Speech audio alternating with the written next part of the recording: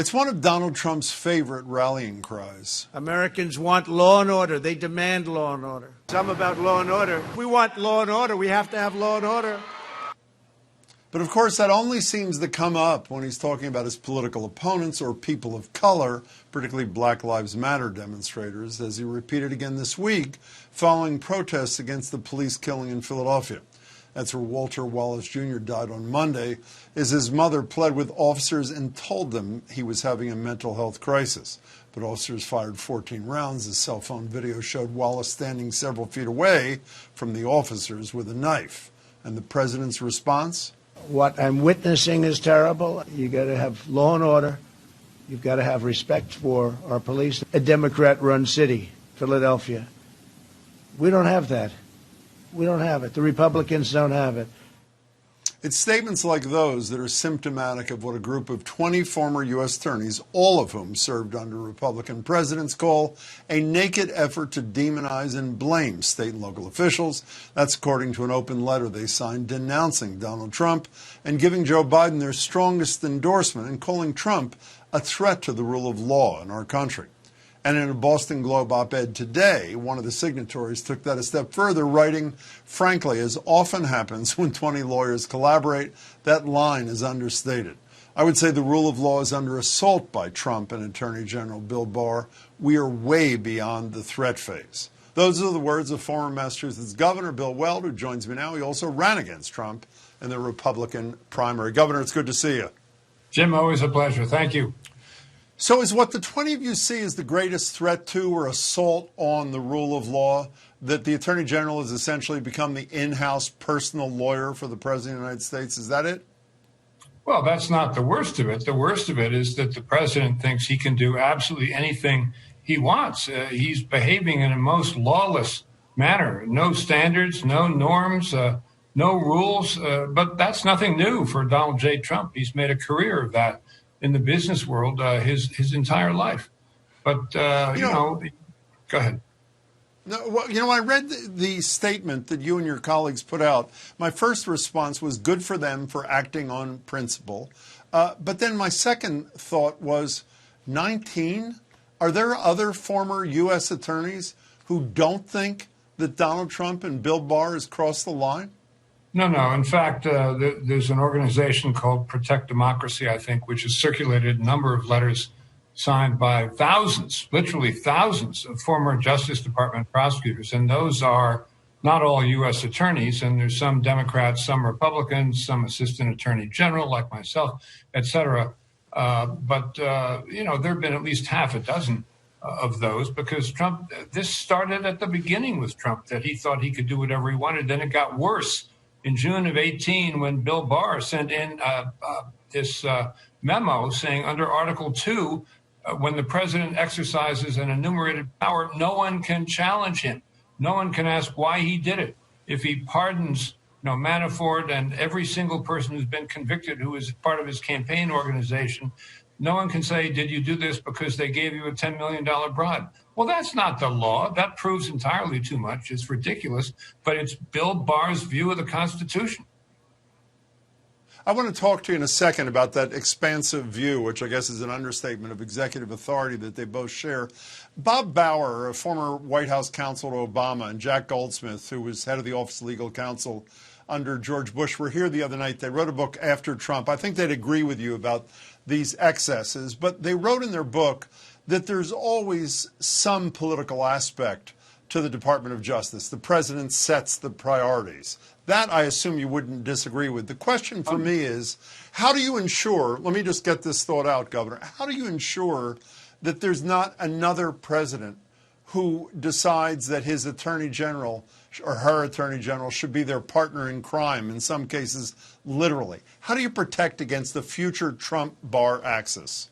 Well, you protect partly through elections. You protect partly through what goes on after one hopes President Biden is sworn in. And frankly, I think the Department of Justice can turn on a dime when Joe Biden gets in there. And don't forget, this is a guy who's been around. He was chairman of not only foreign relations, but of judiciary in the Senate. And a lot of people in Washington have known him for 30 years. Trump would try to turn that against him.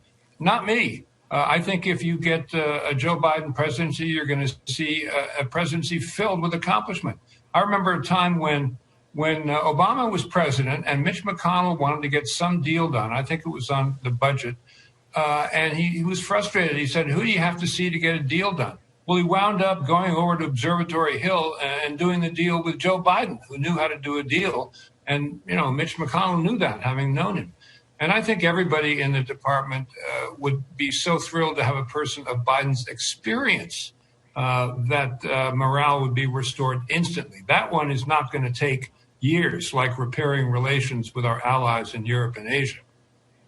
Let's return to the whole executive authority thing that you raised a minute ago. That's essentially what you focus on in your own op-ed in the Boston Globe. But my question here again is, what does one do to rein that in when there's a future president who sees his role like Donald Trump does and an attorney general who sees his role as Barr does? Listen, impeachment, which you supported, that didn't chasten the president of the United States. What would?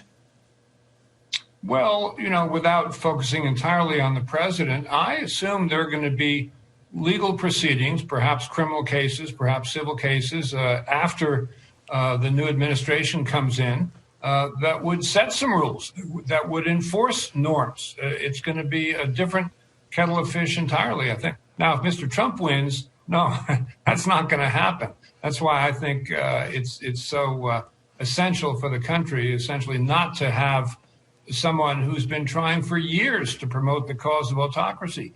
Mr. Trump has been doing that in Eastern Europe and even Western Europe, Austria, France, since the days of the elder Le Pen. He was there with Steve King of Iowa back in 20 years ago, trying to promote autocracy and that type of regime. So it's nothing new for him, but it's antithetical to the constitutional framework that our founders set up in the 1780s. Antithetical. Well, Steve King is gone, so one down, I guess, according to you, and one to go. When you were a young and irresponsible, you were a Republican. Well, actually, you're a Republican again. I forgot. You ran for president. What is wrong with your fellow Republicans, Governor? When I ask you these questions about how do you ensure that you rein in the grabbing of excess authority in the future, part of my answer is there has to be a bipartisan response to this. Why have they been so timid, so willing to be trampled on by Trump and Barr?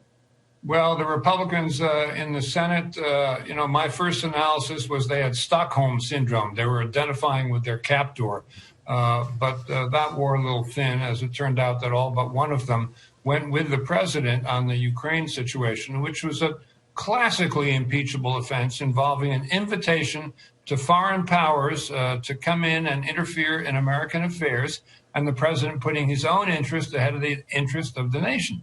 If you read the entire debates of the adoption of the Constitution, those are the two things that would rank highest in high crimes and misdemeanors. That's why they enacted the impeachment and removal clause, that if a president did something like that, they could get him out of there. There's a school of thought, the Lincoln Project, a bunch of those folks think that you got to destroy the Republican Party to save it. The old we have to kill it, we have to raise this village in Vietnam in order to save it. I'm not quite there with them, but I think there may have to be some. I think there will have to be some reconstitution of the Republican Party. Let's assume the Republicans do lose the Senate. Myself, I'm not sure that's absolutely certain, but let's assume there is a blue wave. I think you're going to see not just a bunch of introspective thumb-sucking, what should we do differently? I think there are going to have to be different players on the ground. Speaking of the Senate, though, for Biden to be able to as quickly restore ethics, decency, the rule of law as quickly as you believe he can, Governor, does he need a Democratic Senate as well to get there? Yeah, it would be helpful. It would be very helpful. When I was saying this is going to happen instantaneously, I was talking about the morale in the Justice Department, which is an executive branch, so he doesn't need the Senate for that. But for the foreign policy, he's going to need some cooperation from the Senate. I would hope that a bunch of the Republican senators, seeing the loss in the presidential level, if that happens, would say, okay, we'll give the new team a chance to strut their stuff and see what they can do. And at the end of the day, over the years, certainly the Senate I grew up with, back when I worked with Jack Javits, I was, practically just out of college. I was 28 years old, and it was a time when senators listened to each other, as I say, when lions strode the earth.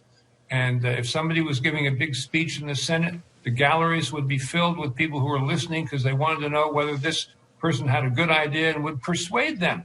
That's long gone. It started with the election of 1994, and it's just gotten worse and worse with all this hyper-partisan stuff. Joe Biden has never been a hyper-partisan guy. He's always had friends on both sides of the aisle, myself included. I think it'll just be a long, cool glass of water for the country if we can get Biden in there. We only have 15 seconds left. We know you're voting for Joe Biden. You're voting for Ed Markey as well, Governor? I did. I did. Yeah. That's a clean sweep. Joe needs some. No, I voted for Jerry McDermott for sheriff. That's a good Republican. Okay. In Norfolk County. Hey, Governor Weld, I really appreciate your time. Thanks so much for giving it to us. Thanks so much, Jim.